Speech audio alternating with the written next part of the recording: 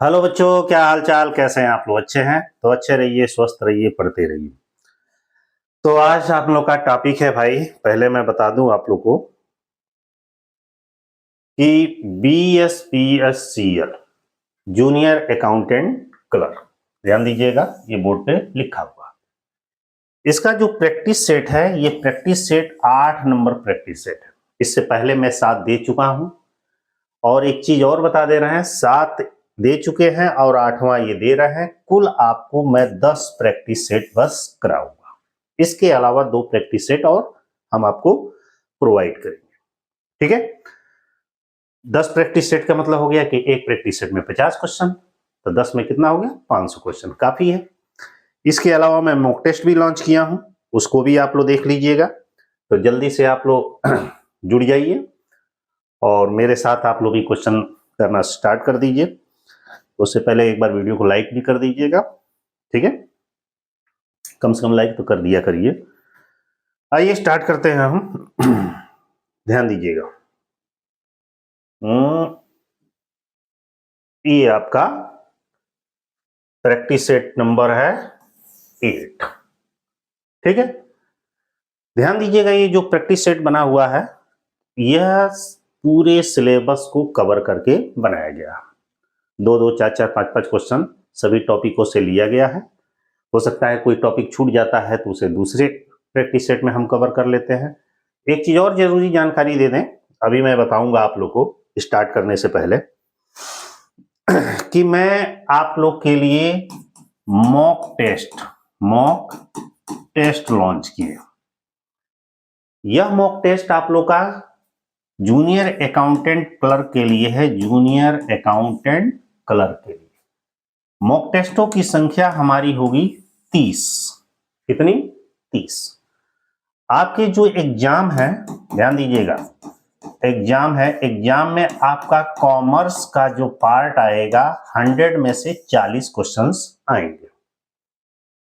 उस 40 क्वेश्चनों में के स्थान पर मैंने मॉक टेस्ट में कितने क्वेश्चंस दिए हैं भाई?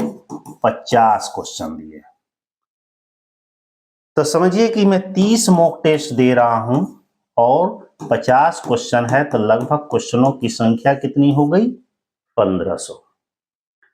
इससे पहले भी, ध्यान दीजिएगा, इससे पहले भी फिलहाल ये 1500 क्वेश्चन के अलावा ऐसे समझिए, आप लोग को 10 मैं यूट्यूब पे प्रैक्टिस सेट कराया हूं, उसमें 10 नहीं कराए हैं, अभी तो 8वां ही चल रहा है, 2 अभी बाकी है।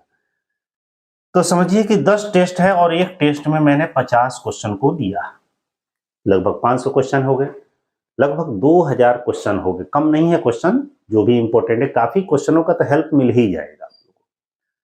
देख लीजिएगा, क्योंकि उसी से रिलेटेड एग्जाम्स में वगैरह क्वेश्चंस पूछे गए हैं। एक चीज और जानकारी दे दें आप लोग को,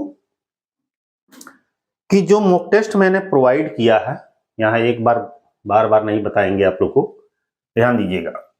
ये मॉक टेस्ट मैंने प्रोवाइड किया है बहुत ही लो कॉस्ट पे, हमारे एप्लीकेशन पे मिलेगा। कितना में प्रोवाइड किए हैं भाई? ध्यान दीजिए, बहुत ही मिनिमम नॉर्मल कास्ट में 149। चूंकि इसमें ध्यान दीजिएगा 10 रुपया एडिशनल कास्ट भी कुछ ऐड हो रहा है, टैक्स वगैरह से रिलेटेड। इसमें इसके बदले मैं आपको कितना टेस्ट दे रहा हूं? 30 टेस्ट। कुछ बच्चे कमेंट भी किए थे, शायद उनको कुछ उसमें कुछ प्रॉब्लम वगैरह थी, तो मैं बता दे रहा हूं, जो भी बच्चे टेस्ट लेंगे, जो भी मतलब लोग टेस्ट लेंगे, तो टेस्ट लेने के बाद से, हाँ ये ध्यान दीजिएगा, अभी 30 नहीं है, अभी 14-15 के आसपास हुए हैं। मैंने 1 सप्ताह का समय लिया था कि भाई 1 सप्ताह में सारे टेस्ट आपको प्रोवाइड कर देंगे। 15 और लगभग अभी देना बाकी है। 1, 2, 3, 4, 5 करके ऐसे टेस्ट आपके होंगे।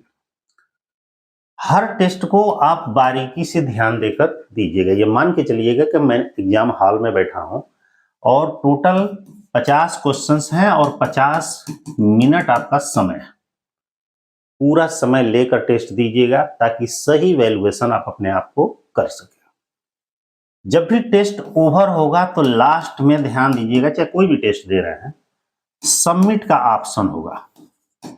सबमिट जैसे ही करेंगे टेस्ट क्लोज हो जाएगा, क्लोज होने के बाद से आपका स्कोर कार्ड बताएगा। स्कोर कार्ड में ये बताएगा कि आपने कितना क्वेश्चन अटेम्प्ट किया, इसमें से आपके करेक्ट कितने क्वेश्चंस हैं, आपके इसमें से रॉन्ग कितने क्वेश्चंस हैं, और टोटल इसमें कि कितना आपका सही हो रहा है। हाँ, सब कुछ होने के बाद से यदि आप चाहते हैं कि भाई किस क्वेश्चन का, कौन सा क्वेश्चन मेरा गलत है, थोड़ा देखें इसका आंसर क्या होगा, वहीं पे थोड़ा सा इसको स्क्रॉल करके देखिएगा, व्यू आंसर का ऑप्शन होगा। क्या लिखा होगा, व्यू आंसर का ऑप्शन होगा, उस पर क्लिक करेंगे, फिर शुरू से खुल जाएगा और सही आंसर आपको आंसर नहीं देना रहेगा, वो ऑटोमेटिक आंसर बता देगा। वैसे जो बच्चे टेस्ट दिए होंगे वो जानते होंगे, लेकिन जो नहीं दिए हैं तो एक बार उसको ध्यान दिए, सब कुछ उसी में आपको मिल जाएगा। बस समझिए कि एक प्रैक्टिस सेट है जो मॉक टेस्ट मैंने प्रोवाइड किया है, ये केवल आपका वैल्यूएशन करेगा कि आपकी तैयारी कहाँ तक हुई है। ध्यान दीजिएगा, बार बार मैं कहते हैं कि भाई कि कॉमर्स का ही पार्ट है और केवल हिंदी माध्यम, केवल हिंदी माध्यम वाले ही बच्चे लेंगे, इंग्लिश माध्यम वाले न लेंगे, क्योंकि भाई इंग्लिश है तो उसमें उनको हो सकता है कि समझ में न आए, तो केवल हिंदी वाले लेंगे और टेस्ट दीजिएगा, अपने आप को वैल्यूएशन करिएगा। हर एक टेस्ट को यदि चाहें जो आसान क्वेश्चन हो तो छोड़ सकते हैं, लेकिन जो हार्ड क्वेश्चन है तो उसे नोटबुक में अपने लिख सकते हैं। तो ऐसे आप लोग को मॉक टेस्ट देना। आइए चलिए हम मुद्दे पर चलते हैं, ठीक है। हम पढ़ा रहे थे आप लोग को जूनियर अकाउंटेंट कलर का आपका कौन सा practice set, practice set number आपका था 8 नंबर। थोड़ा इसको नीचे कर दें, कौन सा प्रैक्टिस सेट नंबर था, 8 नंबर। आइए शुरू करते हैं, आप भी साथ में करते जाइएगा। ध्यान दीजिएगा, फर्स्ट क्वेश्चन हमारा कह रहा है कि 1 अप्रैल 1999, कब, 1 अप्रैल 1999 से पहले लिए गए ऋण पर ब्याज की कटौती स्वयं रहने के मकान के संबंध में होती है। ये पॉइंट बहुत ही अच्छा क्वेश्चन है, ये इनकम टैक्स का क्वेश्चन है और हाउस प्रॉपर्टी का क्वेश्चन है। कह रहा है कि 1 अप्रैल 1999 से पहले जो हम मकान बनवाने, स्वयं के रहने के लिए मकान बनवाते हैं और उसके लिए जो ऋण लेते हैं, पूछ रहा है कि उस पे ब्याज के संबंध में कटौती कितनी स्वीकृत होती है। 1 लाख, 30,000, 1.5 लाख, इनमें से कोई नहीं, तो भाई 30,000 रुपये कटौती स्वीकृत होती है।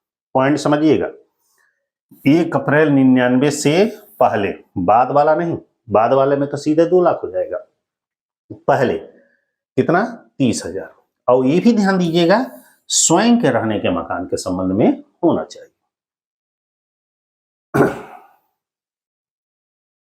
अगला क्वेश्चन थोड़ा बड़ा कर दे ताकि आप लोग को पूरा दिखाई दे, ठीक। 2 नंबर क्वेश्चन, चालू वर्ष में नौ वसूल किराया घटाया जाता है, करेंट ईयर में से अनरियलाइज जो रेंट होता है, नौ वसूल किया हुआ किराया घटाया जाता है। किस में से घटाया जाता है, सकल वार्षिक मूल्य में से, प्राप्त किराए में से, शुद्ध वार्षिक मूल्य में से, इनमें से कोई नहीं। सोच के बताइए किसमें से घटाया जाता है। सकल वार्षिक मूल्य में से घटाया जाता है, ग्रॉस एनुअल वैल्यू में से घटाया जाता है अनरियलाइज रेंट, नौ वसूल किराया। अगला क्वेश्चन है हमारा है कि शेष परीक्षण मतलब ट्रायल बैलेंस में वेतन और मजदूरी दर्शाया जाता है। इस क्वेश्चन का मतलब है कि शेष परीक्षण में जो वेतन और मजदूरी दिया गया है वो कहां दर्शाया जाता है, मतलब ट्रायल बैलेंस में जो सैलरी एंड वेजेस दिया गया है कहां दिखाते हैं। ट्रेडिंग अकाउंट के डेबिट में ना भाई, लाभांश खाते के डेबिट में बिल्कुल हाँ, बैलेंस शीट में इसमें तो है ही नहीं है, इसमें यही है बी आंसर, ठीक है। अगला क्वेश्चन, टेबल ए के अनुसार बकाया काल राशि पर ब्याज होती है। टेबल ए के अकॉर्डिंग ये कंपनी का क्वेश्चन है, जो हमारा कालशील एरियर होता है उस पर ब्याज उस पर ब्याज कितना दिया जाता है, कितना दिया जाना है, तो 12% दिया जाता है, कालशील एडवांस पर 10%।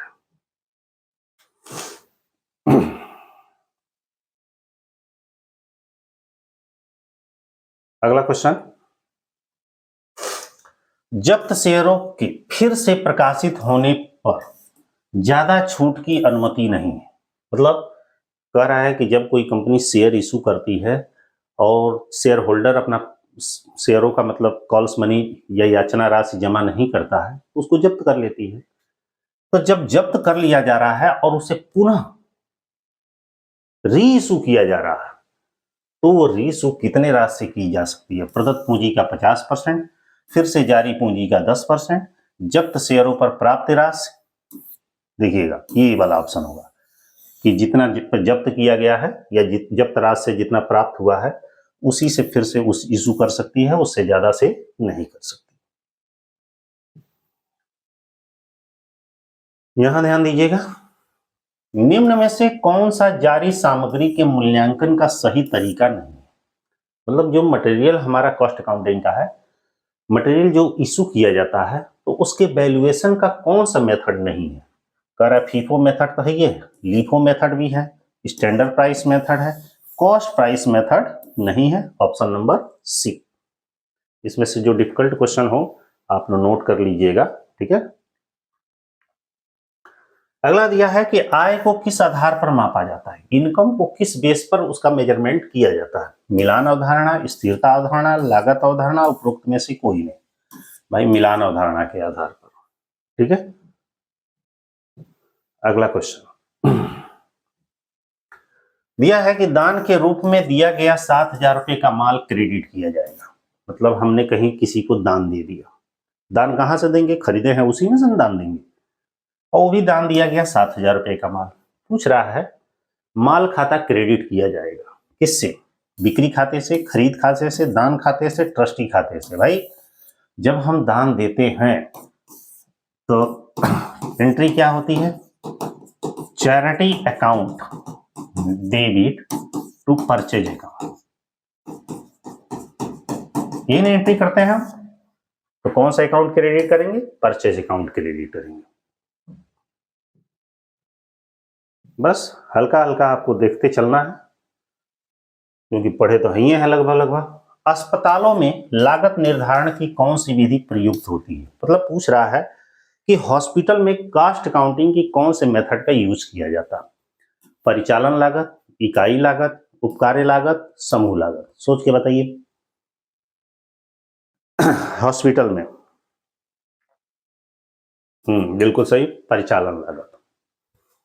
अगला क्वेश्चन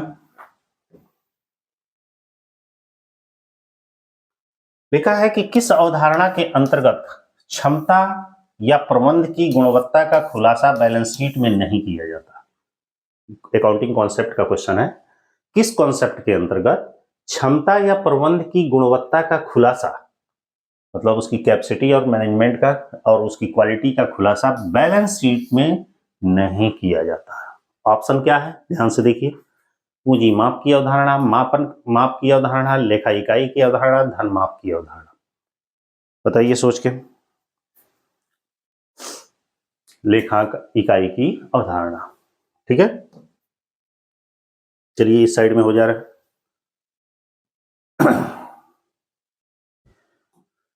अगला क्वेश्चन है कि बहीखाता के संस्थापक लुकस पैसियाली द्वारा प्रकाशित बहीखाता की पहली पुस्तक का नाम क्या है? बहुत ही सिंपल क्वेश्चन। क्या मनु संहिता है बहीखाता की पहली पुस्तक, या डी कंप्यूटिस्टिक स्क्रिप्चरिस है, या चार्टर्ड कंपनी है, या अर्थशास्त्र है? ऑप्शन नंबर आपका है बी, डी कंप्यूटिसेट स्क्रिप्चरिस। देखिएगा। अगला क्वेश्चन है कि यदि एक सौदे में डेबिट के साथ क्रेडिट पहलू भी कैश बुक में दर्ज कर रहे हैं तो यह कहलाएगा? मतलब कोई एक ट्रांजैक्शन है, कह रहा है कि एक ट्रांजैक्शन में उसको डेबिट के साथ हम क्रेडिट भी दर्ज कर रहे हैं, कहां? कैश बुक में, तो क्या कहलाएगा? जैसे क्वेश्चन है हमारा बैंक, नहीं इसको ना दिए, कैश डिपॉजिटेड, ऐसे रखिए, कैश डिपॉजिटेड इनटू बैंक, ये हमारा क्वेश्चन है। और मान लीजिए कि 1,000 रुपये से पैसा बैंक में जमा किया, एंट्री इसकी बनती है bank account debit to cash, बनती है। कहने का मतलब ये है कि ये कौन सा ट्रांजैक्शन है, सौदा है, जिसमें डेबिट के साथ क्रेडिट भी कैश बुक में लिखा जाता है। जब 3 कॉलम इन कैश बुक या 2 कॉलम इन कैश बुक बनाते हैं तो इस तरीके के ट्रांजैक्शंस आते हैं। और कैश बुक जब बनाएंगे तो जब कैश का खाता खोलेंगे तो बैंक क्रेडिट, जब बैंक का खाता खोलेंगे तो कैश डेबिट, डेबिट के साथ क्रेडिट होगा। इसे क्या कहते हैं? कॉन्ट्रा एंट्री, विपरीत प्रविष्टि।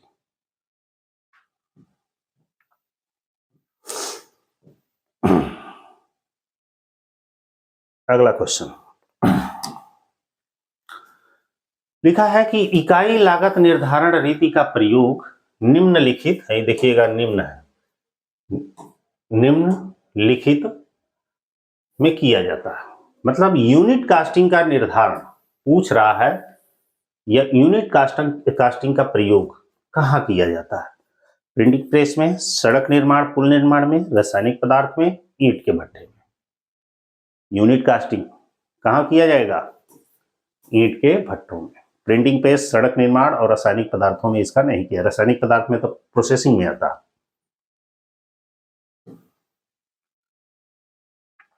अगला क्वेश्चन लिखा है कि अन्य सूचनाओं के अभाव में कारखाना उपरिव्यय का, मतलब कोई अदर इंफॉर्मेशन न दी गई हो तब फैक्ट्री ओवरहेड का अवशोषण, एब्जॉर्प्शन निम्नलिखित आधार पर किया जाता है। फैक्ट्री ओवरहेड का एब्जॉर्प्शन किस मेथड पर किया जाता है?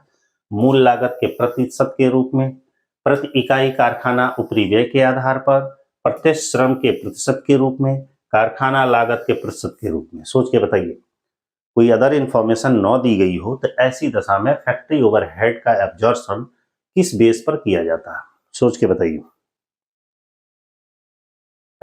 फैक्ट्री ओवरहेड का आपका प्रत्यक्ष श्रम के प्रतिशत के आधार पर किया जाता है। अगला क्वेश्चन लिखा है कि लागत लेखांकन का मुख्य उद्देश्य क्या है? ये क्वेश्चन बहुत सारे एग्जामों में क्वेश्चन पूछा गया है। अब यहां ध्यान से देखना है कि लागत लेखांकन, कॉस्ट अकाउंटिंग का मुख्य उद्देश्य क्या है? संगठन के लाभ को अधिकतम करना। भाई ये लागत लेखांकन का उद्देश्य नहीं है।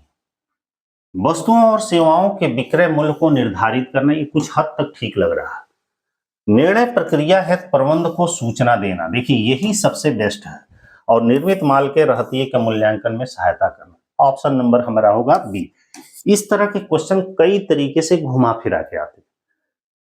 लागत लेखांकन का ऑप्शन के हिसाब से दे रहा है कि निर्णय प्रक्रिया हेतु प्रबंध को सूचनाएं प्रदान करना ही लागत लेखांकन का मुख्य उद्देश्य होता है। ठीक ना? अगला क्वेश्चन लिखा है कि लागत जो कि उत्पाद की मात्रा में परिवर्तन से प्रभावित नहीं होती है उसे क्या कहते हैं? मतलब वो कौन सी लागत है जो उत्पादन की मात्रा में परिवर्तन होने पर उससे प्रभावित नहीं होती है? कुल लागत, अस्थायी लागत, परिवर्तनशील लागत, अवसर लागत। बहुत सिंपल है, कौन सा है? अस्थायी लागत।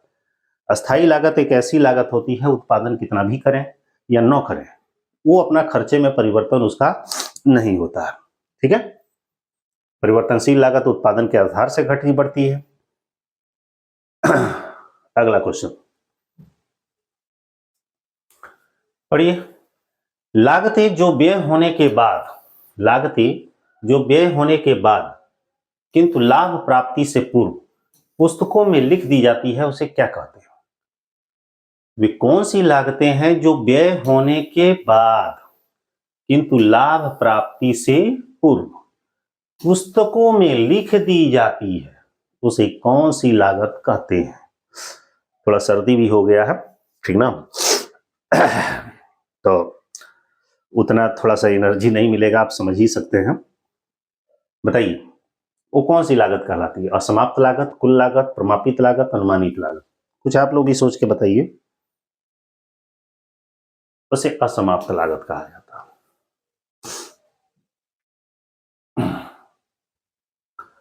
अगला क्वेश्चन, तलपट बनाते समय दोनों पक्ष डेबिट और क्रेडिट का योग नहीं मिलने पर अंतर की राशि को किस खाते में ले जाते हैं? यदि हम ट्रायल बैलेंस बना रहे हैं, ट्रायल बैलेंस में दो साइड होते हैं, डेबिट और क्रेडिट। ऐसा माना जाता है कि दोनों साइड का बैलेंस बराबर मिल जाएगा तो ट्रायल बैलेंस सही है, ये 100% नहीं है, लेकिन जनरली माना जाता है। सपोज करिए नहीं मिला, ऐसे सिचुएशन में यदि किसी साइड में डिफरेंस आ गया तो डिफरेंस को किस अकाउंट नाम से बंद करते हैं? तो उसको बोला जाता है उचंती खाता। इसी को हम बोलते हैं सस्पेंस अकाउंट, ठीक ना। उचंत खाता, उचंती खाता, कई नामों से इसे जानते हैं। अगला, लागत लेखांकन का उद्भव हुआ। लागत लेखांकन की उत्पत्ति क्यों हुई? वित्तीय लेखांकन की कमियों को दूर करने के लिए, भाई इसीलिए हुआ ही था। प्रबंध की लेखांकन की कमियों को दूर करने के लिए ना, प्रमाप लागत की कमियों को दूर करने के लिए ना, इनमें से कोई नहीं। यही ऑप्शन सही है पहला, कि वित्तीय लेखांकन की कमियों को दूर करने के लिए। 20 नंबर क्वेश्चन में कह रहा है कि किस अवधारणा के अंतर्गत, किस कॉन्सेप्ट के अंतर्गत व्यापार के मालिक को भी व्यापार के लेनदार के रूप में मापा जाता है? कौन सा कॉन्सेप्ट है जिसके बेस पर व्यापार के जो मालिक है उसे व्यापार का लेनदार माना जाता है? लागत की अवधारणा, बढ़ा हुआ फर्म अवधारणा, व्यापार की इकाई की अवधारणा, लेखांकन अवधि की अवधारणा। तो व्यापार की इकाई की अवधारणा, ऑप्शन नंबर सी।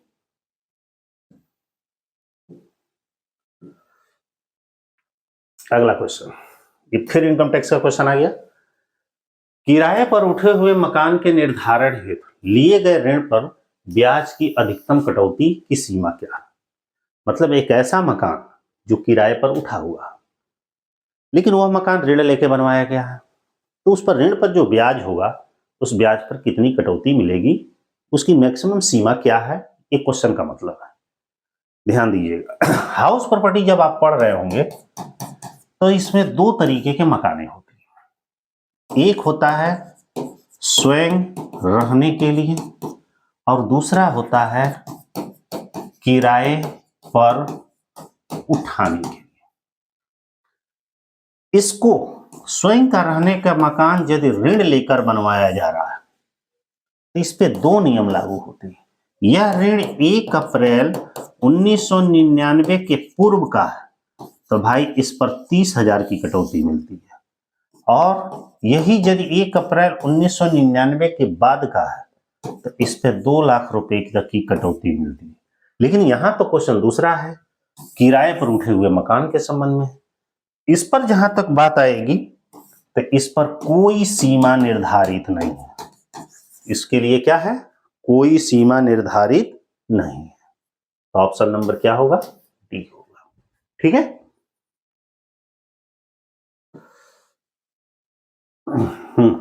अगला है, परीक्षण संतुलन में सस्पेंस खाते को दर्ज किया जाता है। मतलब ट्रायल बैलेंस में हम जो सस्पेंस अकाउंट लिखते हैं उसको हम कहां दिखाते हैं?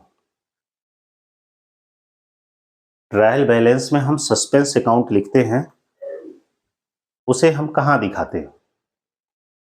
सोच के बताइए।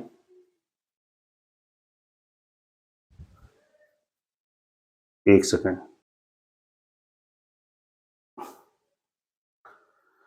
हाँ, ट्रायल बैलेंस में सस्पेंस अकाउंट खाते को दर्ज किया जाता है। देखिएगा, जब हम एक ट्रायल बैलेंस बनाते हैं दो चीजें होती हैं, डेबिट और क्रेडिट। मान के चलिए कि हमारा सस्पेंस अकाउंट आया, जब यह डेबिट में आया सस्पेंस अकाउंट तो भाई इसको दिखाते हैं एसेट्स में। कहां? बैलेंस शीट के। और यदि यहां पे क्रेडिट में आया तो भाई इसे दिखाते हैं लायबिलिटीज में। कहां? एसेट्स में। देखिएगा, विनिर्माण खाते में है ये नहीं, व्यापारी खाते में है ये नहीं, ये भी नहीं, इसमें बैलेंस शीट ही दिया, साइड नहीं पूछा। अगला, एक ऋण पत्र धारक है, एक डिवेंचर होल्डर क्या होता है? कंपनी का मालिक तो हो ही नहीं सकता, कंपनी का ग्राहक हो नहीं सकता, कंपनी का ऋणदाता हो सकता है, क्योंकि डिवेंचर होल्डर वह व्यक्ति होता है जो कंपनी को ऋण देता है। देखिएगा, ये भी इनकम टैक्स का क्वेश्चन है, हाउस प्रॉपर्टी का ही है, कि यदि स्वयं के रहने के मकान के निर्माण के संबंध में ऋण 1/4/1999 के बाद लिया गया है तो ब्याज की कटौती की सीमा क्या होगी। पहला वाला जो क्वेश्चन था उस तारीख के पहले था, यहां इस तारीख के बाद है। कब है?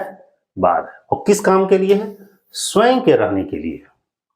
अभी मैंने बताया है, बताइए, जानते ही होंगे कितना है? 2 लाख। पीछे बताया है ना। अगला क्वेश्चन, वे लागतें जो उत्पादन के संबंध में आंशिक रूप से अचर और आंशिक रूप से चर होती है, उसे क्या कहते हैं? मतलब आधा चर बाकी अचर, अब बस उसे कहते हैं अर्धचर। एक जानकारी यहां पे और दे दे रहे हैं आपको,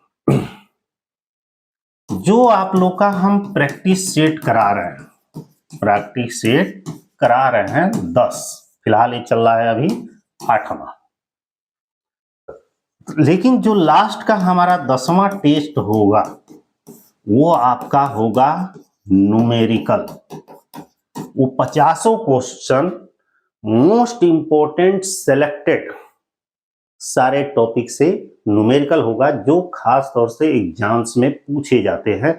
ऐसे क्वेश्चंस होंगे, चाहे वो इनकम टैक्स से रिलेटेड हो, चाहे आपके कंपनी से हो, चाहे आपके कॉस्ट अकाउंट से हो, कहीं से भी हो, चाहे अकाउंटेंसी से ही हो। वो आपका टोटली 50 क्वेश्चन न्यूमेरिकल होगा, जिसमें टाइम भी ज्यादा लगेगा। वो लगभग 50 क्वेश्चन सॉल्व करने के लिए हम आप लोग का 2 आवर्स लेंगे, क्योंकि पूरा एक्सप्लेन करके उसको समझा के बताएंगे। ठीक है, बाकी 9 तक आपका थ्योरेटिकल ही रहेगा। अगला क्वेश्चन, अपूर्ण लेखा विधि, इसी को हम इकहरा लेखा विधि भी कहते हैं, इकहरा लेखा विधि। अपूर्ण लेखा विधि से आशय है जिसमें सभी व्यवहारों का दोहरा लेखा नहीं किया जाता। सही है ये, दोहरे खाते खोले जाते हैं बिल्कुल नहीं, एक पक्षी और द्विपक्षी बिल्कुल नहीं, इनमें से सभी लेखे रखे बिल्कुल नहीं। पहला ही ऑप्शन सही है कि दोहरा लेखा नहीं किया जाता। अगला क्वेश्चन है, तलपट में कौन सी अशुद्धि प्रकट नहीं होती है भाई? ट्रायल बैलेंस में कौन सी अशुद्धि प्रकट नहीं होती है? छत पूरक भी प्रकट नहीं होती है, छूट जाने वाली भी प्रकट नहीं होती है, सिद्धांतिक अशुद्धि भी नहीं होती है, तो ऑप्शन नंबर डी सही है। ये जो बताए हैं अभी, ये क्वेश्चन याद रखे रहिएगा, इससे रिलेटेड हर एग्जाम में ये क्वेश्चन जरूर पूछता है। कौन सी ऐसी अशुद्धि है जो तलपट में प्रकट होती है, कौन सी ऐसी अशुद्धि है तलपट से प्रकट नहीं होती है, इस तरह के क्वेश्चंस हमेशा पूछे जाते हैं। अगला है कि क्रय बही का योग 1500 रुपये से ज्यादा तथा विक्रय बही का योग 1500 रुपये से अधिक लग गया, ये कौन सी अशुद्धि है? सैद्धांतिक, भूल, छतपूरक, सभी? सोच के बताइए कौन सी अशुद्धि है? क्षतिपूरक। क्यों? क्यों? क्रय बही का ये 1500 रुपये था, विक्रय बही में इतना अधिक लगाया गया।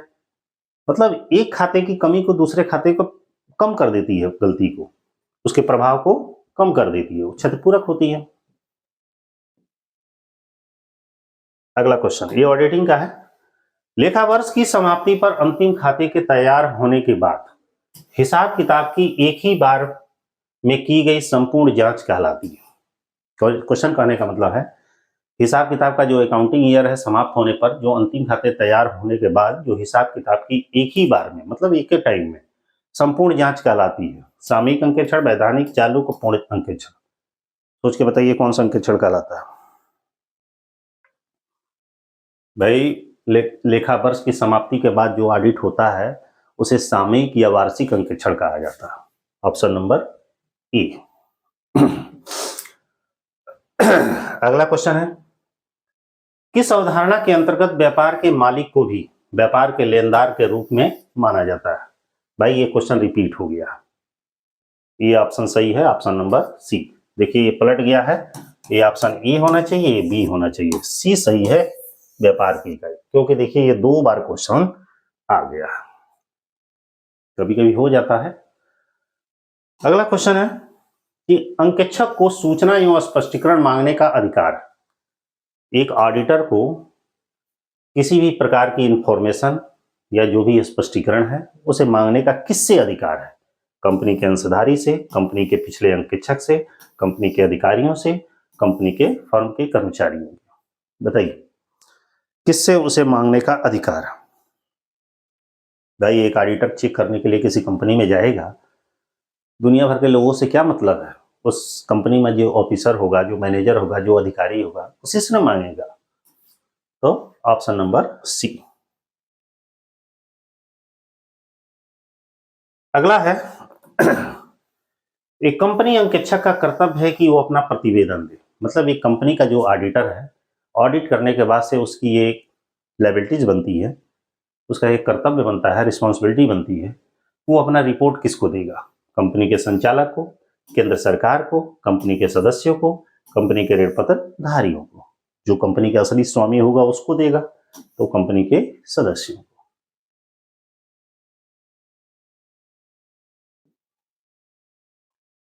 देखिएगा कट गया है इसमें। अपूर्ण लेखा विधि को इकारा लेखा विधि कहते हैं। क्यों अपूर्ण लेखा विधि को इकारा लेखा विधि क्यों कहते हैं?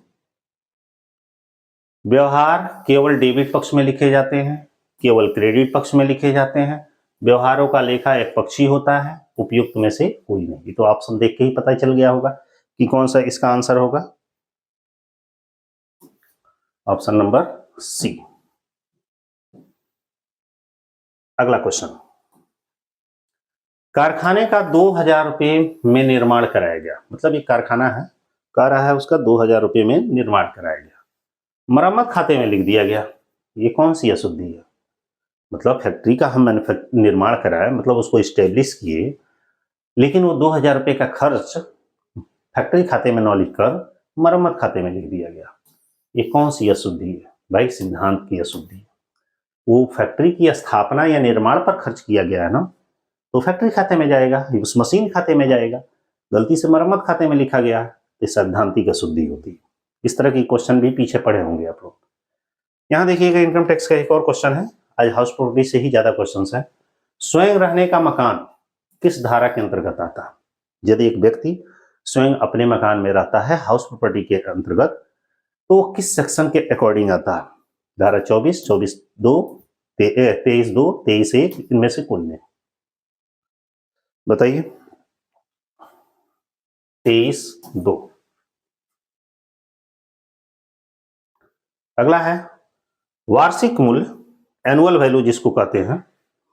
वार्षिक मूल्य अधिनियम की परिभाषा किस धारा के अंतर्गत दी गई है? मतलब एनुअल वैल्यू का डेफिनेशन इनकम टैक्स एक्ट के अकॉर्डिंग किस सेक्शन में दिया गया है? 24(1), 23, 18(2), इनमें से कोई नहीं। सोच के बताइए। धारा 23 में एनुअल वैल्यू का। देखिए ये भी क्वेश्चन कट गया है। इकाई अथवा उत्पाद लागत निर्धारण कर रहा है, यूनिट और प्रोडक्शन कास्ट है। क्या है? लागत नियंत्रण की एक तकनीकी है, लागत विश्लेषण की एक प्रणाली है। सोच के बताइए क्या है? दोनों में से कोई सही दिख रहा है? नहीं। यूनिट कास्टिंग क्या है? यहां दिया है कुल लागत या प्रति इकाई लागत ज्ञात करने की एक विधि है। क्योंकि यूनिट कास्टिंग से या प्रोडक्शन कास्ट से यही निकालते हैं कि टोटल कास्ट कितना है, कास्ट पर यूनिट कितना है। तो यूनिट कास्टिंग से ऑप्शन नंबर हमारा होगा सी। अगला क्वेश्चन 38 कह रहा है कि सकल लाभ में से घटाने पर शुद्ध लाभ प्राप्त हो जाएगा। देखिएगा कह रहा है सकल लाभ में से घटाने पर शुद्ध लाभ प्राप्त हो जाएगा। कब? कारखाना उपरी व्यय, कार्यालय उपरी व्यय, विक्रय व वितरण उपरी व्यय और केवल वितरण व्यय कब प्राप्त होगा? बताइए। ध्यान दीजिएगा, जब ग्रॉस प्रॉफिट में से जब हम सेलिंग एंड डिस्ट्रीब्यूशन ओवरहेड को घटा देते हैं, मतलब कहने का मतलब है कि ध्यान दीजिएगा, चूंकि है तो कॉस्ट अकाउंट का, लेकिन ये क्वेश्चन का तर्ज है फाइनेंशियल अकाउंटिंग का। जैसे सपोज करिए कि हम ट्रेडिंग अकाउंट बनाते हैं। ट्रेडिंग अकाउंट में हमारा आता है यहाँ पे ग्रॉस प्रॉफिट, यहाँ पे पीएल रहता है इसी के नीचे, इससे आता है नेट प्रॉफिट। इसमें जो एक्सपेंस हम लिखते हैं वो परचेस से related expenses, direct related expenses होते हैं, लेकिन इसमें जो एक्सपेंसेस लिखे हैं वो इनडायरेक्ट एक्सपेंसेस या सेल से रिलेटेड एक्सपेंसेस होते हैं, इसलिए हमारा ये ऑप्शन सही है। ठीक है ना। एक चीज और यहां पे सोच रहे होंगे कि मान के चलिए ये तो नहीं हो रहा, ये भी सिंगल है तो नहीं हो रहा, इसमें ये भी इंक्लूड हो सकता है, लेकिन कुछ ऑप्शंस के हिसाब से देखा जाए तो केवल सी होगा, क्योंकि वो सेलिंग से रिलेटेड है। अगला है कच्ची सामग्री के अवशेष की बिक्री से प्राप्त राशि से कम कर दी जाएगी। देखिए मान लीजिए कोई रॉ मटेरियल है, उसका जो स्क्रैप है उसको बेच दिया गया और उससे कोई राशि हमने प्राप्त कर लिया, कर रहा है कम कर दी जाएगी। उससे क्या कम करेंगे? प्रत्यक्ष श्रम की लागत, कारखाना उपरिव्यय की राशि, उपभोग सामग्री की लागत, कारखाना लागत। बताइए कोई रॉ मटेरियल का स्क्रैप है उसको सेल कर दिए और उससे जो पैसा हमें मिला उससे हम क्या कम करेंगे? बताइए। जो कंज्यूम मटेरियल है वो कम कर देंगे, मटेरियल कंज्यूम। अगला प्रवर्तन कंपनी के निर्माण की सीढ़ी है। जो प्रमोटर है, प्रमोशन, ये कंपनी के निर्माण की कौन सी सीढ़ी है? ये पहली सीढ़ी है, प्रथम सीढ़ी है, क्योंकि कंपनी का जब निर्माण होता है सबसे पहले उसका प्रमोशन ही किया जाता है। अगला कंपनी के निर्माण में बहुमूल्य सेवाएं प्रदान करने के प्रतिफल स्वरूप प्रवर्तक का पारिश्रमिक दिया जा सकता है। कंपनी के निर्माण में बहुमूल्य सेवाएं प्रदान करने के प्रतिफल स्वरूप प्रवर्तक को जो पारिश्रमिक दिया जा सकता है वो किस तरह से होता है? नगद में, अंश में, ऋण पत्र में, इनमें से सभी? ये क्वेश्चन का आंसर आप लोग बताएंगे सोचकर। ये कमेंट बॉक्स में कमेंट करिएगा कि जब भी ये कंपनी का निर्माण होता है, जब भी एक कंपनी का निर्माण होता है तो कंपनी का निर्माण करने की जिम्मेदारी किसको सौंपी जाती है? प्रवर्तक को, प्रमोटर को। अब प्रश्न यह है कि जब प्रमोटर कंपनी का निर्माण कर रहा है तो उसको कुछ न कुछ पारिश्रमिक दिया जाएगा, तो जो पारिश्रमिक दिया जाएगा वो किस रूप में दिया जाता है? नगद के रूप में, अंश के रूप में, ऋण पत्र के रूप में, कि सब के रूप में? ये कमेंट बॉक्स में आप लोग कमेंट करके इसका आंसर बताइएगा और उसके बाद बुक में जाकर ढूंढिएगा भी। बहुत तगड़ा जुकाम हो गया भाई। अगला क्वेश्चन, समामेलन कंपनी के निर्माण की कौन सी सीढ़ी होती है? समामेलन मीन्स होता है रजिस्ट्रेशन। एक कंपनी के निर्माण की कौन सी सीढ़ी होती है? पहले तो होती ही नहीं, पहले तो प्रवर्तक होती है, प्रवर्तन होती है। दूसरा देखते हैं, ये ऑप्शन सही है, ये दूसरी अवस्था होती है। पहला प्रमोशन, दूसरा उसका रजिस्ट्रेशन, फिर उसके बाद से बिजनेस स्टार्ट करने का सर्टिफिकेट इशू करना, फिर आगे का प्रोसेस। अगला क्वेश्चन कर रहा है समामेलन के बाद कौन सी कंपनी तुरंत अपना कारोबार या कार्य आरंभ कर सकती है? मतलब जब कंपनी का रजिस्ट्रेशन होता है तो कौन सी ऐसी कंपनी है जो रजिस्ट्रेशन होने के तुरंत बाद अपना बिजनेस, अपना कारोबार स्टार्ट कर सकती है? पब्लिक कंपनी, सरकारी कंपनी, विदेशी कंपनी, प्राइवेट कंपनी? तो वो प्राइवेट कंपनी होती है। इसके लिए तो व्यवसाय आरंभ करने का सर्टिफिकेट लेना पड़ता है। Option number D. अगला क्वेश्चन, जब किसी कंपनी की अंश पूंजी के 51% तक सरकार द्वारा धारित है तो कंपनी कहलाती है। जब किसी कंपनी की अंश पूंजी पर कंट्रोल 51% हमारे गवर्नमेंट के पास होता है तो वो कंपनी कौन सी कंपनी कहलाती है? सार्वजनिक कंपनी, सार्वजनिक कंपनी, सार्वजनिक निगम, सरकारी कंपनी? तो हमारी होती है सरकारी कंपनी। अगला क्वेश्चन, पृथक अस्तित्व प्रभेदक लक्षण है। पृथक अस्तित्व और प्रभेद बताइए। पृथक अस्तित्व वो प्रभेदक लक्षण है एकल व्यापार का, साझेदारी संगठन का, कंपनी का, इनमें से सभी का? सोच के बताइए। पृथक अस्तित्व की अवधारणा बताइए। ये बहुत ही ट्रिपिकल क्वेश्चन है तो छोटा ही, इसका आंसर भी आप लोग देंगे कमेंट में। बहुत ही आसान है क्वेश्चन। कमेंट में दीजिएगा, और कमेंट में देने के बाद से बुक में जरूर ढूंढिएगा, ठीक है। पृथक अस्तित्व की अवधारणा बताते हैं, चलिए आप बताइएगा। अपूर्ण लेखा विधि में खाते रखे जाते हैं, मतलब सिंगल एंट्री सिस्टम में इकारा लेखा प्रणाली में खाते कौन से रखे जाते हैं? व्यक्तिगत, वस्तुगत, रोकड़, रोकड़ बही और व्यक्तिगत खाते। ये पहले आप लोग को टेस्ट में किसी में पढ़ाया हो, ठीक है। अगला क्वेश्चन है कि निम्न में से कौन सा ट्रायल बैलेंस की डेबिट की तरफ आता है? निम्न में से कौन से ट्रायल बैलेंस की डेबिट की तरफ आता है? बताइए बताइए। ट्रायल बैलेंस के डेबिट में पूछ रहा है कौन सा आता है। देखते हैं ऑप्शन क्या है। यहां देखिए, ट्रायल बैलेंस के डेबिट में ये तो भाई क्रेडिट होता है, ये भी हमारा क्रेडिट होता है, ये भी हमारा क्रेडिट होता है, यही हमारा डेबिट होता है। ऑप्शन नंबर सी, इसका डेबिट बैलेंस होता है। अगला, सामान की वापसी पर खरीदार द्वारा भेजा गया नोट क्या कहलाता है? सामान की वापसी पर खरीदार द्वारा भेजा गया नोट क्या कहलाता है? Credit note, return note, debit note, इनमें से कोई नहीं। ये भी क्वेश्चन बहुत ही आसान है, अब बहुत जगह एग्जाम में ये पूछा गया है। पढ़िएगा और इसे कमेंट करके इसका आंसर आपको बताना है, ठीक है। बहुत ही सिंपल क्वेश्चन है। 49 क्वेश्चन कह रहा है कि व्यवसाय के हिसाब किताब का किसी विशेष उद्देश्य से के मध्य वर्ष के मध्य में अंकेक्षण कहलाता है। मतलब किसी भी व्यवसाय के हिसाब किताब का जो अंकेक्षण है वर्ष के बीच में जब किया जाता है उसे कौन सा अंकेक्षण कहा जाता है? सामयिक तो कहा ही नहीं जाएगा क्योंकि वर्ष के अंत में होता है, सरकारी होगा नहीं, आंशिक होगा नहीं, तो अंतरिम में अंकेक्षण होता है। और लास्ट क्वेश्चन है कि अंकेक्षक लेखों की कितने प्रतिशत शुद्धता की गारंटी लेता है?